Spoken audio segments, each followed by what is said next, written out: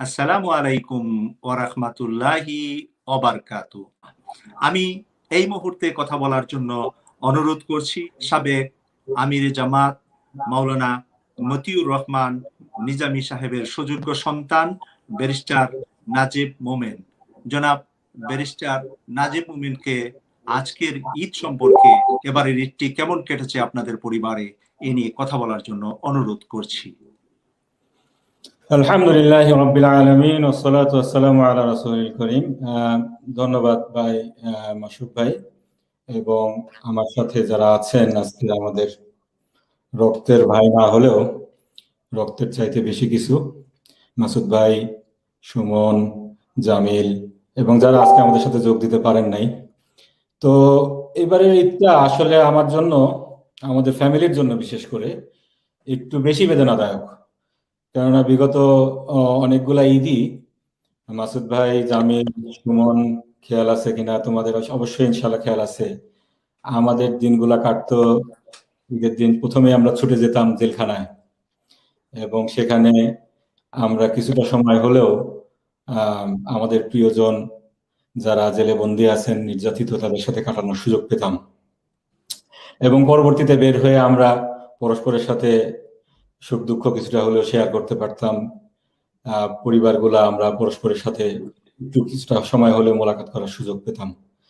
কিন্তু অত্যন্ত দুঃখের বিষয়, গত কয়েকটি বছর আমাকে বাধ্য হয়ে এই দেশের বাইরে কাটাতে হচ্ছে প্রবাসে, যার কারণে যাদের সাথে একটু বুক মিলালে হয়তো ঈদের দিনের এই খুশিটা একটু উদযাপন করা আমিন আমিন। সম্ভব হতো। আল্লাহু আকবার, আল্লাহু আকবার, আল্লাহু আকবার, আল্লাহু কবির। তাদের সাথেও ফিজিক্যালি যোগাযোগ করতে পারছি না। যাই হোক, আল্লাহ আহকামুল হাকিমিন। আল্লাহ যখন মানুষের কাছ থেকে কিছু কেড়ে নেন, অবশ্যই মানুষকে তার চাইতে আরো বেশি কিছু দেওয়ার জন্য এটা কেড়ে নেন। আমি বিশ্বাস করি আমাদের যে প্রিয়জন চলে গেছেন আজকে আমাদের কাছ থেকে, এটা আল্লাহর বড় পরীক্ষা আমাদের জন্য। একই সাথে আমাদের জন্য সুসংবাদ, আমাদের এই দুনিয়ার ঈদ হয়তো আজকে বিবর্ণ মনে হচ্ছে আমাদের কাছে, কিন্তু আরো এর চেয়ে বড় খুশির দিন ইনশাআল্লাহ আমাদের সাথে কাছে আসবে। সেই দিনের অপেক্ষায় আমরা আছি। ঈদ তো আমাদের কাছে অনেকগুলাই হতে পারে। যেদিন এই বাংলাদেশে আমরা আবার মুক্ত বাতাসে শ্বাস নিতে পারবো, আবার ঈদের নামাজ আদায় করতে পারবো বাংলাদেশে ঈদগাহে, আমাদের এলাকায়, সাথিয়ায়, যে বাতাসে যেই এলাকার আলো বাতাসে আমার শহীদ পিতা বড় হয়েছেন, যেই ঈদগাহগুলাতে আমার পিতা রেগুলার নামাজ পড়াতেন, সেখানে 2 রাকাত নামাজ পড়বো, ঈদের নামাজ।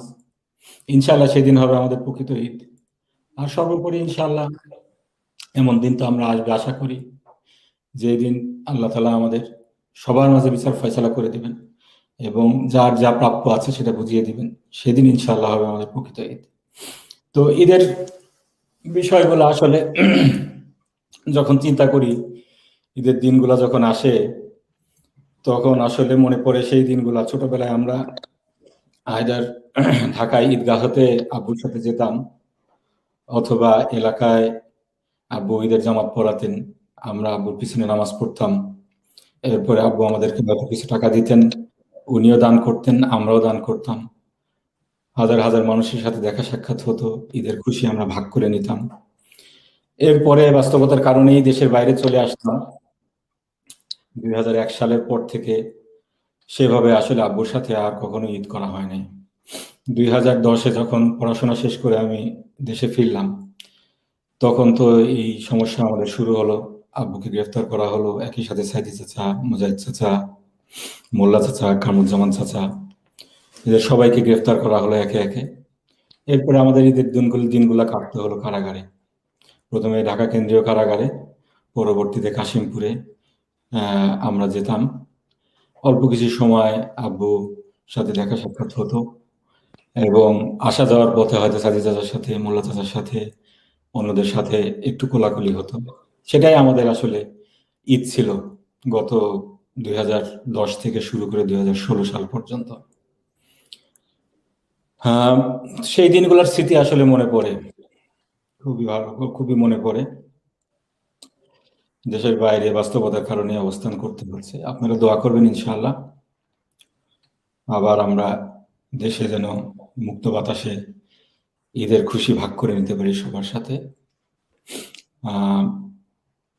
যে যেখানে আছেন দোয়া করবেন আমাদের জন্য, শহীদ পরিবারগুলোর জন্য দোয়া করবেন, এবং সর্বোপরি বাংলাদেশের মানুষের জন্য দোয়া করা উচিত। আসলে আমরা অনেকেই সৌভাগ্যবান, যে আমি তো নিজেকে অনেক সৌভাগ্যবান মনে করি এদিক থেকে যে শেষ পর্যন্ত আমার বাবাকে আমি নিজ হাতে দাফন করতে পেরেছি, জানাজার নামাজ পড়াতে পেরেছি। পরবর্তীতে আল্লাহ তাআলা ভালো রেখেছেন আলহামদুলিল্লাহ। কিন্তু আমাদের দেশেই কত পরিবার আসে হাহাকার, এই ঈদের দিনে স্বজনরা কোথায় আছে তারা জানেন না, নিজেরাই হয়তো 100-200টা মামলা মাথায় নিয়ে, হুলিয়া মাথায় নিয়ে এদিক ওদিক ঘুরে বেড়াচ্ছেন, ঈদ করতে পারছেন না, পরিবারের সাথে যোগাযোগ করতে পারছেন না, তাদের জন্য খারাপ লাগে। সর্বোপরি বিশ্বব্যাপী মুসলমানদের জন্য পরীক্ষা। এই ফিলিস্তিনের ভাইয়েরা অন্য অনেক জায়গায় বিশ্বের বিভিন্ন প্রান্তরে কিভাবে ঈদ পালন করছে, সিরিয়ার ভাইয়েরা কিভাবে ঈদ পালন করছে। তো বাংলাদেশে আমরা একা নই, আমাদের ভাইয়েরা সমগ্র বিশ্বব্যাপী আসলে প্রকৃত অর্থে ঈদের আনন্দ সেভাবে নাই। আলহামদুলিল্লাহ, আল্লাহ এই পরীক্ষার মাধ্যমে আমাদেরকে বাছাই করে নেবেন আমাদের মধ্যে থেকে কিছু লোককে, এবং তাদের হাতে ইনশাআল্লাহ আল্লাহ তাআলা বিজয়ের পতাকা তুলে দেবেন। আমাদের কর্তব্য হলো দোয়া করা, কাজ করে যাওয়া। ইনশাআল্লাহ আমরা সেভাবে কাজ করব। তো আমি সকলের দোয়া চাই ইনশাআল্লাহ যেন সময় সেরকম আসে একটা, আমরা যেন দেখে যেতে পারি আমাদের দেশে দিনের বিজয় পতাকা উড্ডীন হয়েছে। আখিরু দাওয়ানা আলহামদুলিল্লাহি রাব্বিল আলামিন। শুকরান জাযাকাল্লাহ। এতক্ষণ পর্যন্ত হৃদয় বিদারক আলোচনা করেছেন আমাদের মরহুম শহীদ মাওলানা মতিউর রহমান নিজামী সাহেবের সুযোগ্য সন্তান ব্যারিস্টার নাজিব মোমেন। আপনাদের সাথে ওনার আবেগ, ভালোবাসা এবং আমাদের সকলের চোখে উনি পানি নিয়ে এসেছেন।